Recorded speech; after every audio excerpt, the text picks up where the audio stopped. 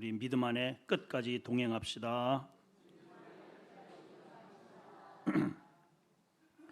인생은 내가 누구와 동행하느냐에 따라서 내 삶의 질이 완전히 달라져요. 나와 뜻이 안 맞으면 내 인상 쓰고 불행합니다. 근데 나와 뜻이 맞고 잘 이해하는 사람과 좋은 사람과 동행을 하면 신나죠. 여행을 다녀도 투닥거리며 싸우는 남편보다 헤헤거리는 친구가 훨씬 좋다 그러잖아요.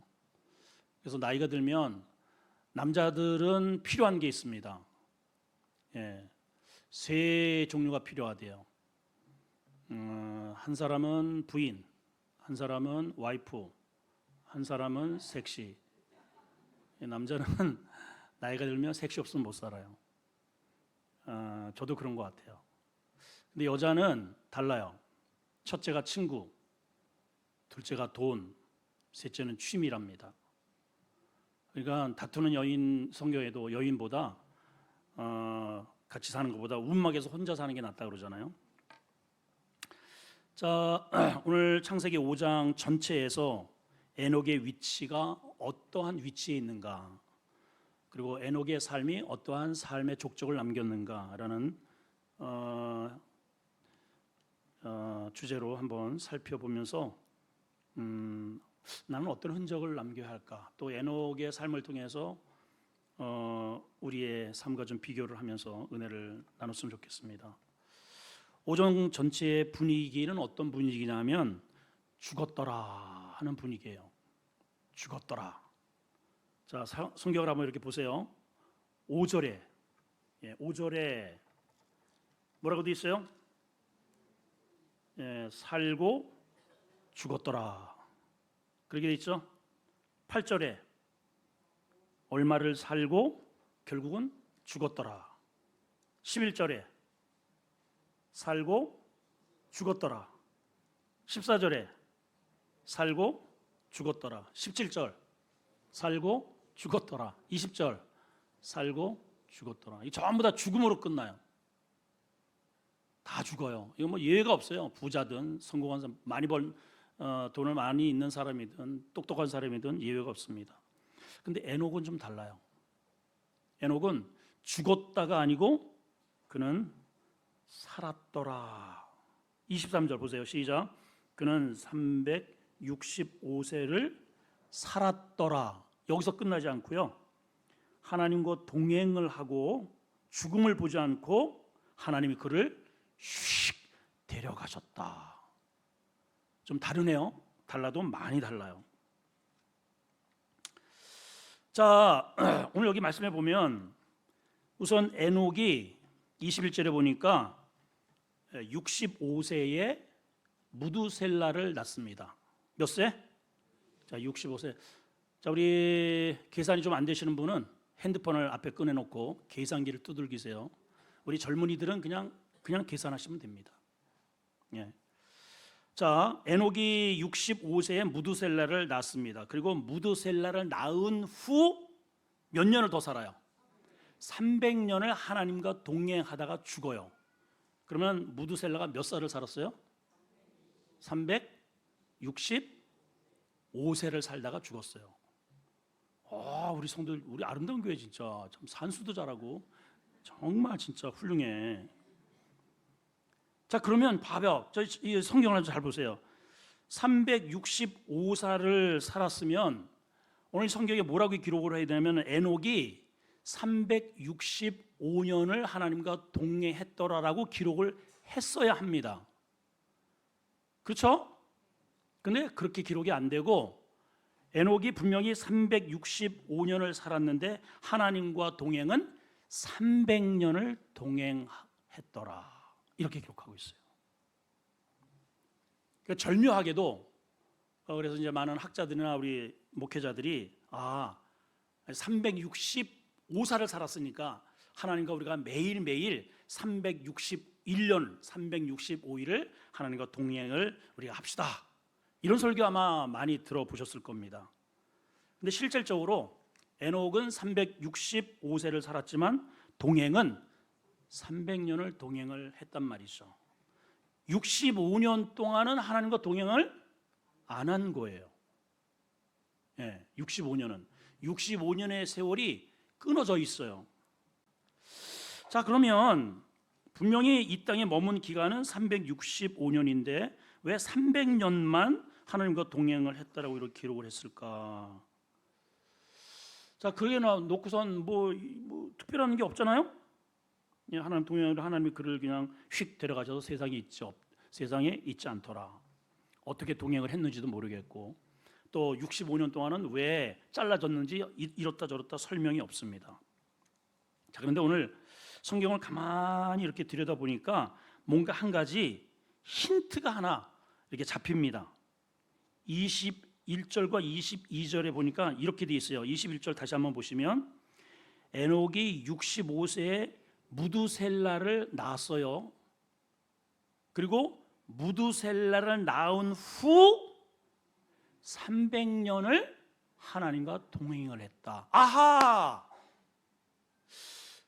그 전에는 일상적으로 사람들이 살아가는 대로 그냥 이렇게 저렇게 그냥 내 길을 걷고 다른 사람처럼 취미생활 열심히 하고 이렇게 평소 늘려가는 재미로 돈 모으는 재미로 그렇게 살았단 말이죠. 사람들이 이 세상의 문화에 따라서 시조에 따라서 그렇게 살았단 말이에요.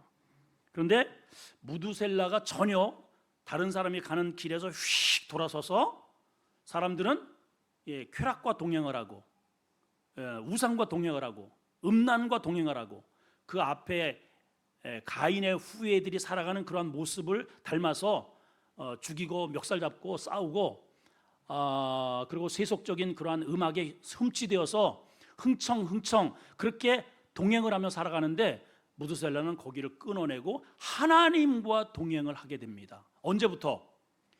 무두셀라를 낳은 후부터.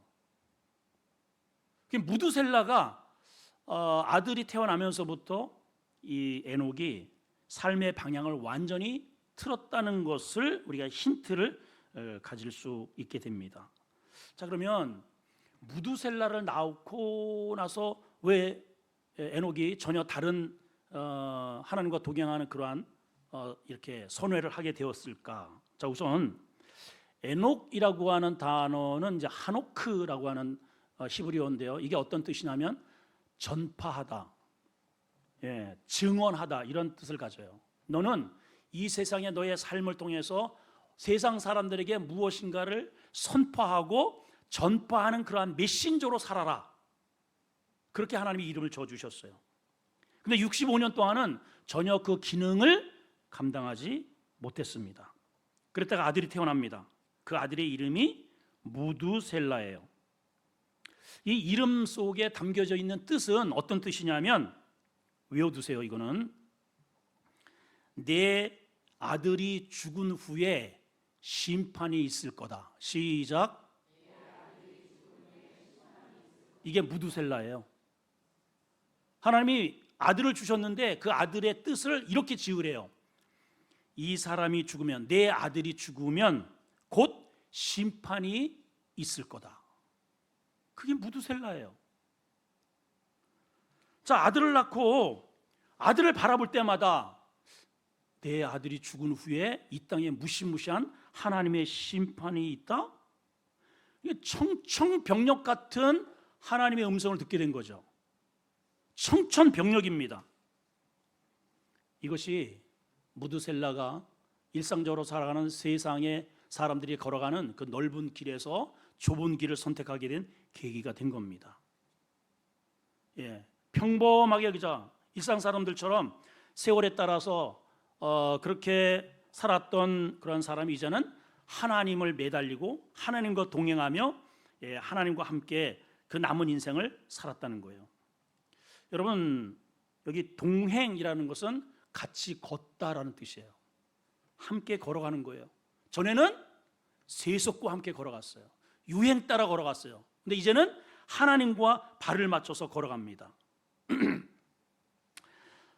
일반적으로 우리의 의미가 있는데 본래 히브리식의 이 걷다, 동행이라고 하는 의미 속에는 이런 뜻이 있대요. 하나님이 에녹을 앞에 세워놓고 뒤에서 밀어가신다는 뜻이래요. 그러니까 우리가 보기에는 에녹이 늘 하나님과 좋아서 막 이렇게 함께 간 것처럼 우리는 인식을 하는데 아니에요. 너 그동안에 저쪽으로 갔지? 아니야. 내 이토록 갔다가는 네 아들이 죽은 다음에 엄청난 심판이 있어. 너 정신 차려야 돼. 그래놓고 하나님이 앞에서 세워놓고 너 일로 가 하고 뒤에서 등 떠밀어서 주님과 동행하는 그러한 길을 걷게 하셨다는 겁니다. 자, 그러면 이 에녹이 하나님과 어떻게 동행을 했을까? 궁금하죠? 궁금해요? 궁금하면 500원.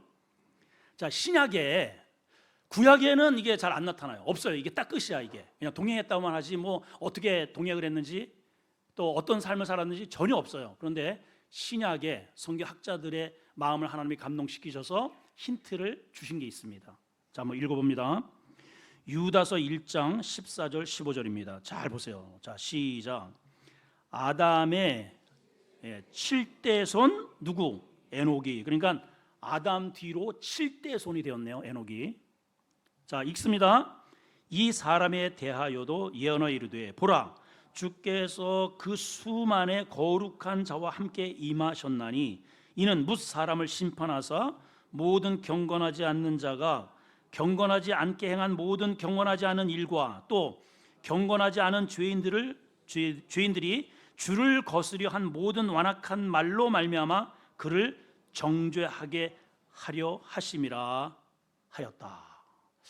이게 말이 이렇게 막 꼬여가지고 도대체 이걸 정리하기가 참 쉽지가 않은데 한마디로 이거예요. 에녹을 통해서 경건하지 않는 자들을 에녹의 삶을 통해, 에녹이 무슨 뜻이라고요? 전파하는 자, 메시지를 던지는 자예요.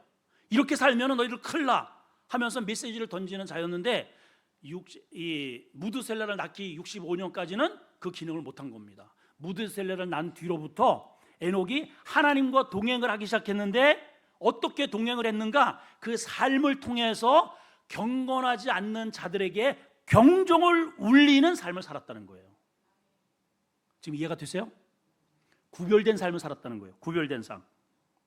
그래서 그 뒤에 보게 되면은 그들을 정죄하게 하려 함이라 이렇게 돼 있어요. 좀 더 훗날에는 히브리 기자를 통해서 조금 더 구체적으로 에녹의 삶을 이제 평가해 놓은 게 있습니다. 히브리서 11장 믿음의 조상들 그 속에 에녹의 이야기가 있습니다. 자, 읽습니다. 5절 6절 시작. 믿음으로 에녹은 죽음을 보지 않고 옮겨졌으니. 그러니까 확실히 에녹은 안 죽고 그냥 하나님이 휙 데려가신 게 맞아요. 자, 뒤로 시작.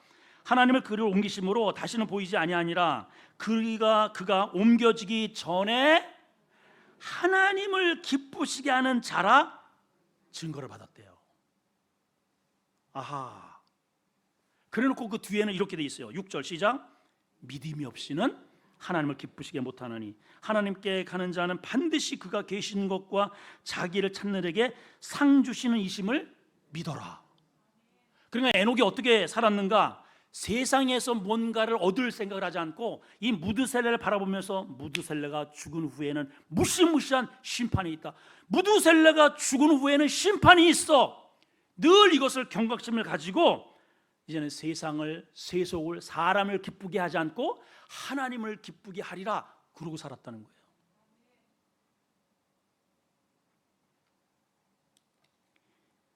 이것이 에녹이 죽음을 보지 않고 하나님 앞에 올리게 된 아주 귀한 그런 사료입니다. 당시 땅의 모든 사람들이 이 땅의 것에 열광을 합니다. 이 땅의 것에 사람을 기쁘게 하는 목적으로 사람들이 살아가요. 직장 사람은 사장님에게, 어쨌든 눈에 보이잖아요.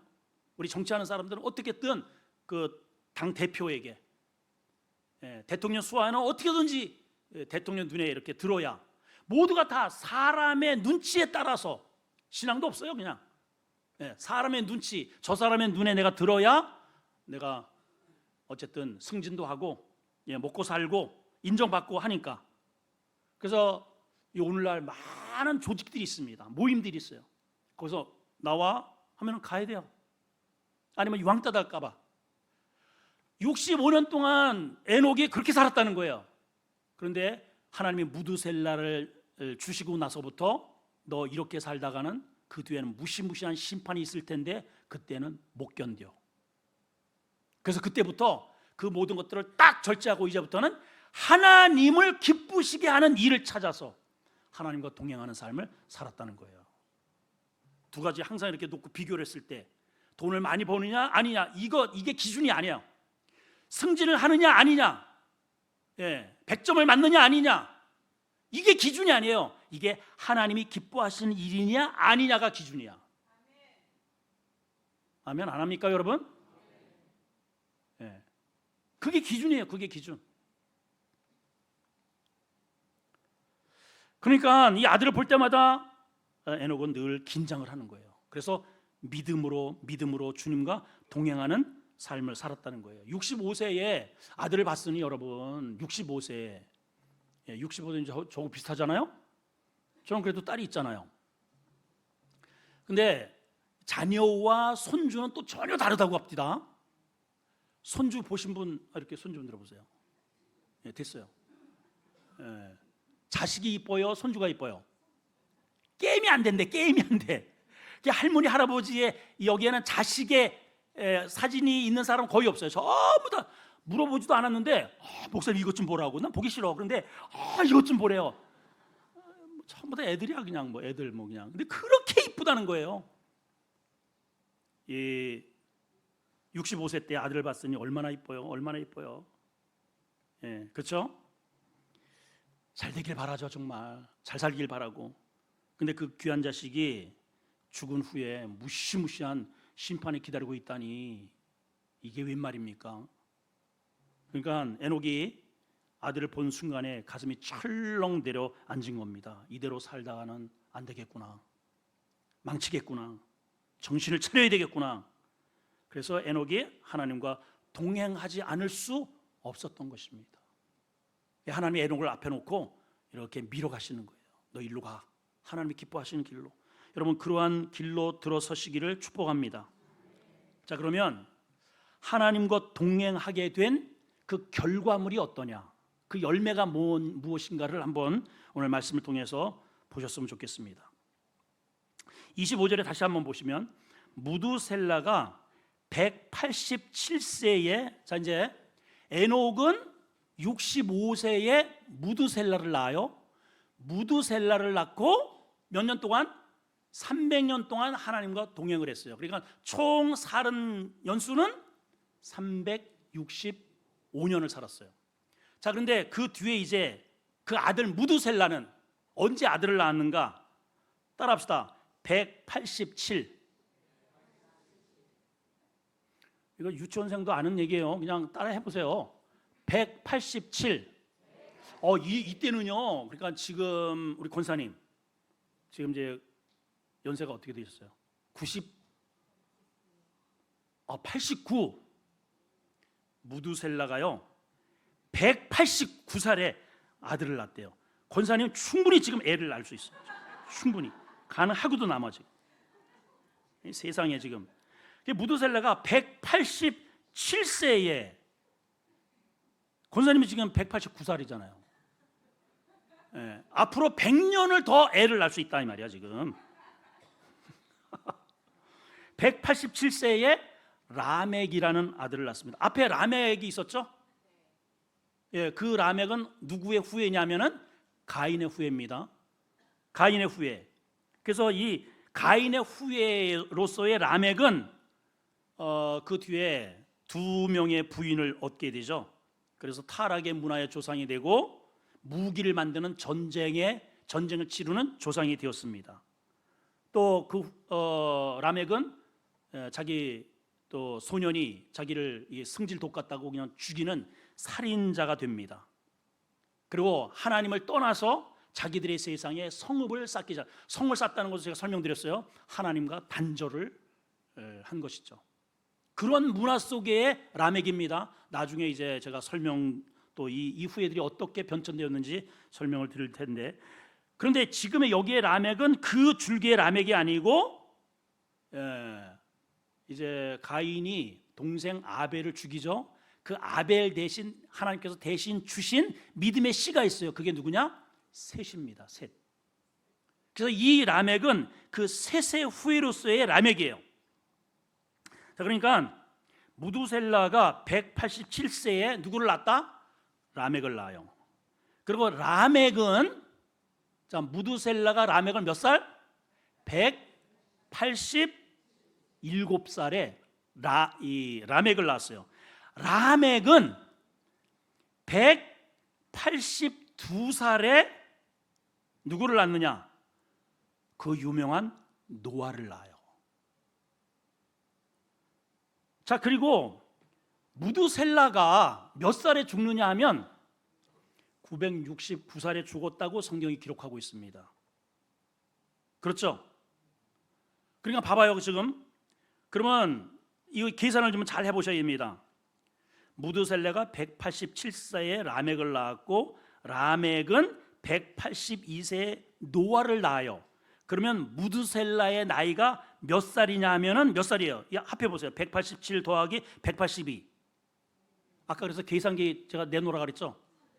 예, 369살이에요. 지금 노아가 태어난 그 햇수가 무두셀라의 나이가 369살이에요. 지금 이해가 됐어요? 그리고 나서 이 무두셀라가 몇 년을 더 살았느냐 하면은 600년을 더 삽니다. 몇 년을? 그러면 나이가 몇 살이에요? 369 더하기 600. 몇 살이야? 그래서 969살이에요. 그때 노아의 나이가 600살이에요. 600살 되던 해에 물 심판이 온 거예요. 아까 그랬죠, 여러분? 자, 다시 한번 여러분 소름 끼쳐야 됩니다. 하나님의 말씀은 그대로 임하는 거예요. 그대로. 1년이 더하거나 빼지도 않아. 어쩌면 이렇게 말씀한 그대로 그냥 심판이 임했단 말이에요, 여러분. 아니 1년이 줄을 수도 있잖아. 1년이 늘을 수도 있잖아. 자, 다시 한번 보세요. 무두셀라가 누가? 무두셀라가 187살에 라멕을 낳았어요. 무두셀라의 아들인 라멕이 182살에 노아를 낳았어요. 그럼 노아는 이제 0살이에요? 0살. 그러면 그때의 무두셀라의 나이가 몇 살? 369살이에요. 그리고 그 뒤에 몇 년을 더 살고 죽었느냐면 600년을 더 살다가 죽어요. 969살에. 그때 노아의 나이가 몇 살이냐? 600살이에요. 예, 노아의 나이가 600살이 되던 그 해에, 무두셀라가 죽는 그 해에 물심판이 왔다 이 말이에요. 그 예언을 언제 했어요? 에녹 때에. 에녹이 60 몇 살? 또 잊어먹었어. 몇 살? 예, 에녹이 어디겠어요? 21절 65세에 무두셀라를 낳았잖아요. 예, 365년을 살았지만은 65년 동안은 지 맘대로 살았어요. 근데 무두셀라를 낳고 정신을 차렸어요. 왜 그래요? 무두셀라 그 이름 속에 이 아들이 죽는 해에 심판이 임한다. 그래서 정신을 차린 거예요. 여러분 기억하셔야 됩니다. 내가 죽은 후에는 하나님의 심판이 있다. 우리 하나님 앞에 다 서게 됩니다. 오늘 하루를 지나는 게 이게 문제가 아니고 오늘 하루를 내가 어떻게 지냈는지 하나님 앞에 우리는 심판을 받는다. 매일매일 우리는 코람도의 마음으로 살아야 한다는 거예요. 그냥 살면 안 돼요, 여러분. 그동안에는 에녹이 자기 임의로 세속에 따라서 그렇게 물결 흐르는 대로 살다가 아들을 낳고 나서 정신을 벌썩 차리고 하나님과 300년을 동행을 했다는 거예요. 그게 그 사람의 평가 전부답니다. 돈을 많이 벌었는지 사업을 해가지고 엄청나게 뭘 했든지 이거 한 자도 기록이 없어요. 하나님과 동행한 것을 성경은 기록하고 있어요. 자, 그러면 이 말씀이 주는 굉장히 중요한 교훈이 하나 있습니다. 그게 뭐냐? 아까도 얘기했지만은 똑같은 라멕이라는 이름들이 등장을 합니다. 하나는 가인의 후손으로서의 라멕에, 가인 하나님을 떠난 백성으로서의 그 후손에 남긴 문화유산은 뭐냐? 하나님을 제하고 자기의 아성을 쌓고 그곳에서 타락의 문화, 살인의 문화, 그렇죠? 하나님의 거룩한 가정의 법령을 무시해버리고 2명, 3명씩 이렇게 부인들을 끌어들여서 서로 아귀다툼하고 음란하고 그 다음에 동성연애하고 이러한 더러운 하나님의 심판의 문화를 만들어버려요. 하나님을 떠난 인생에 얼마나 하나님 앞에 진노를 쌓게 되는지를 알게 되죠. 근데 믿음으로 살았던 셋의 후손인 라멕의 후손은 오늘 말씀처럼 에녹의 그 후회를 통해서 믿음으로 하나님과 힘들지만 왜 사람들처럼 저렇게 나도 마시고 놀고 즐기고 왜 그런 유혹이 없겠어요. 근데 그거를 절제하고 주님과 발을 맞추면서 동행했던 그러한 믿음의 행보 뒤에는 심판을 대비하는 온 세상이 전부 물러다가 떠내려갈 때 노아가 준비된 그 방주를 통해서 뱃놀이 하더라 이 말이에요. 이해가 돼요 지금? 물이 아무리 창궐하고 심판이 아무리 쏟아져도 이 구원의 방주 안에 타고 있는 노아에게는 아무 상관이 없어요. 물이 뭐 1000길이면 어때? 10,000길이면 어때? 많은 하나님의 이러한 진노의 심판이 쏟아지면 질수록 이 하나님을 떠난 인생들에게는 소망이 점점 없어지지만 노아는 그 위에 둥둥 점점 떠져요. 이게 믿음의 사람의 삶의 원리란 말이에요. 또 한 가지 있습니다. 또 한 가지. 자, 무두셀라가 우리가 지구상에서 제일 오래 산 사람 누구? 그러면 주일할 때부터 무두셀라 몇 살? 699살. 오우, 오래 살았네. 복 받았네. 우리는 그렇게만 생각을 합니다. 근데 여러분 여기에 깊이 하나님의 심정이 담겨져 있어요. 단순히 그냥 저 봐봐요. 이 아들이 죽으면 심판이야. 이거를 어릴 때부터 그 아들을 보면서 이 아들이 죽으면 심판이야. 아들이 죽으면 심판이야. 근데 당시에 평균 나이가 아니 그 윗대의 할아버지는 한 300년쯤 살고 죽었잖아요. 그렇죠? 예. 근데 무두살라만 유독 하나님이 붙잡고 계시는 거예요. 안 데리고 가. 다 죽어가는데 무두살라만 붙잡고 있어요. 왜 그래요, 여러분? 이 사람을 데리고 가는 순간 더 이상 구원의 방법이 없어지는 거예요. 그래서 한 영혼이라도 돌아오라고 무두셀라를 죽이지 않고 붙잡고 계시는 거예요. 이게 아버지의 마음이에요, 여러분. 그냥 너 오래 살아라 무두셀라를 위한 세월이 아닙니다, 여러분. 어떻게 해서든지 이 사람이 곧 조금 있으면 심판이 임할 테니 너희들 회개하고 돌아오너라.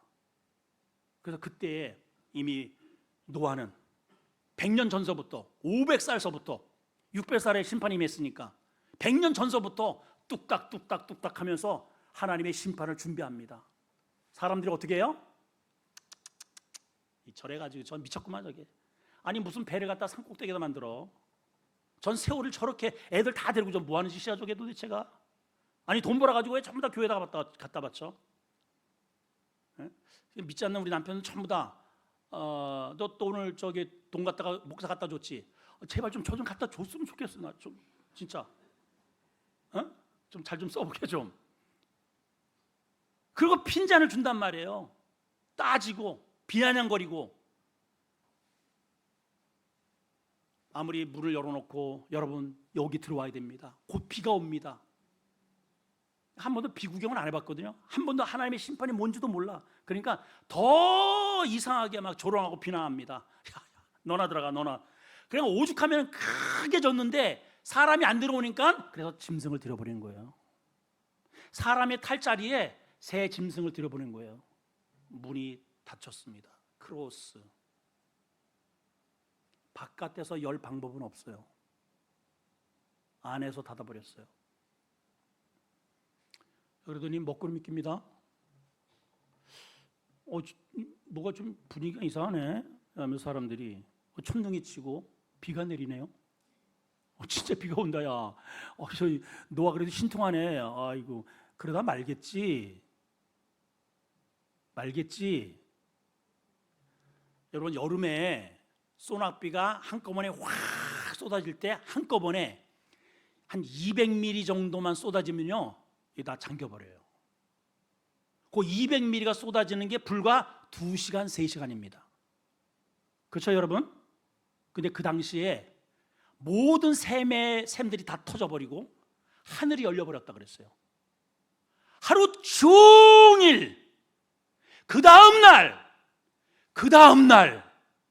일주일 이미 웬만한 데는 다 끝나버렸어요. 사람들이 높은 데로 야, 저 노아 말이 진짜네.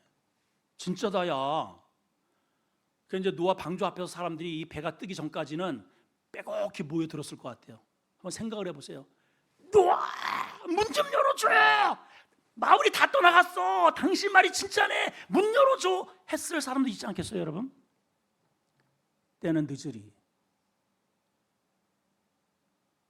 여러분 하나님께서 내게 주시는 시간 다 까먹고 그 에너지 다 털리고 돈 있으면 전부 다 세상 가운데 다 hun져버리고 다 쫄딱 망해서 그제요 천부의 의지 없어서 늦어요 여러분. 늦어요. 여러분 힘 있을 때 아직 하나님 앞에 쓰임 받을 때 그때 하나님 앞에 오세요 좀 제발. 문 닫혔잖아요. 문 닫혔어. 아무리 피가 나도록 이거 두들겨 봐야 안 열지더란 말이에요. 돌아오도록 하나님께서 이 600년 동안 이 600년 노아를 준비하면서 100여 년 동안 그리고 무두셀라가 사는 데는 969살이 살 동안 길이 하나님이 참으신 거예요. 그래서 그렇게 오래 살게 하시고 한 명이라도 돌아오도록. 근데 안 돌아왔죠. 노아 가족만 구원을 받게 된 것입니다. 오늘 이것이 우리에게 주는 팩트예요. 참 요즘 뉴스에 종종 나타나는 그 최태민 목사라고 여러분 아시죠? 그 대통령 부인에게 어쩌고 저쩌고 해가지고 가방을 해서 뭐 어쩌고. 하필 왜 목사일까? 저 그래서 아니 왜 하필 목사가 저래? 다른 사람들은 전부 다 그냥 일반 목사인 줄 알아요. 근데 여러분 진실을 아셔야 돼요. 가짜입니다 여러분. 이단 교주예요 교주. 불교, 천도교 그리고 짝퉁 기독교 교리가 짬뽕 되어가지고 그걸 믹싱해서 영세의 교회라고 하는 교단을 만든 그러한 교주입니다 교주. 그거를 자기 딸한테 물려줬어요 지금. 그러니까 그런 짓거리를 하는 거죠. 그러니 일반적인 사람들은 전부 다 목사를 욕합니다. 교회를 욕합니다. 여러분 그런 사람과 동의할 이유도 없고 이 세상은 그렇게 돌아가고 있어요. 세상은 그 편에 서서 또 어쩌고 저쩌고 막 심판의 메시지를 막 쏟아냅니다. 우리가 광화문 광장에 모이고자 하는 것은 그런 게 아니에요. 하나님 어떻게 해서든지 이 민족을 붙잡아 주시고 하나님의 공의로 인도해 주시고 악법이 제정되지 않게 하시고 하나님의 의로운 손으로 이 민족을 살려달라고 우리는 모이는 거죠. 우리는 거기에 귀합을 해야 됩니다. 괜히 자꾸만 정치적인 그런 곳에 이런 곳에 이렇게 왔다리 갔다리 하면 안 됩니다. 여러분 아시겠죠? 최태민 그 친구는 가짜. 제가 이 좀 유튜브를 통해서 이거 들었으면 정신 좀 차렸으면 좋겠어요. 목사 아닙니다 여러분. 이단 교주예요. 사람들이 자꾸만 이렇게 일이 누구와 동행하느냐 이러한 허위 뉴스, 허황된 곳에 나를 거기다 밀어놓고 이렇게 쓸려간단 말이죠. 에녹은 언제 정신을 차렸다? 하나님의 말씀이 임할 때 하나님과 동행을 합니다. 사람들이 뭐라고 말하거나 그 아들 또 노아는 철저히 하나님의 말씀에 붙잡혀서 뚝딱거리면서 방주를 만듭니다. 그리고 심판을 준비해요. 그 가족만 살아요. 여러분 모두에게 우리 공동체가 하나님의 말씀과 믿음으로 승리하는 믿음의 계보를 이어가는 성도들 되시기를, 주님과 동행하는 삶이 되기를 축복합니다. 우리 찬양단 나오시고요. 일어나라 주의 백성 준비해 주세요. 하나님 아버지 은혜를 감사합니다.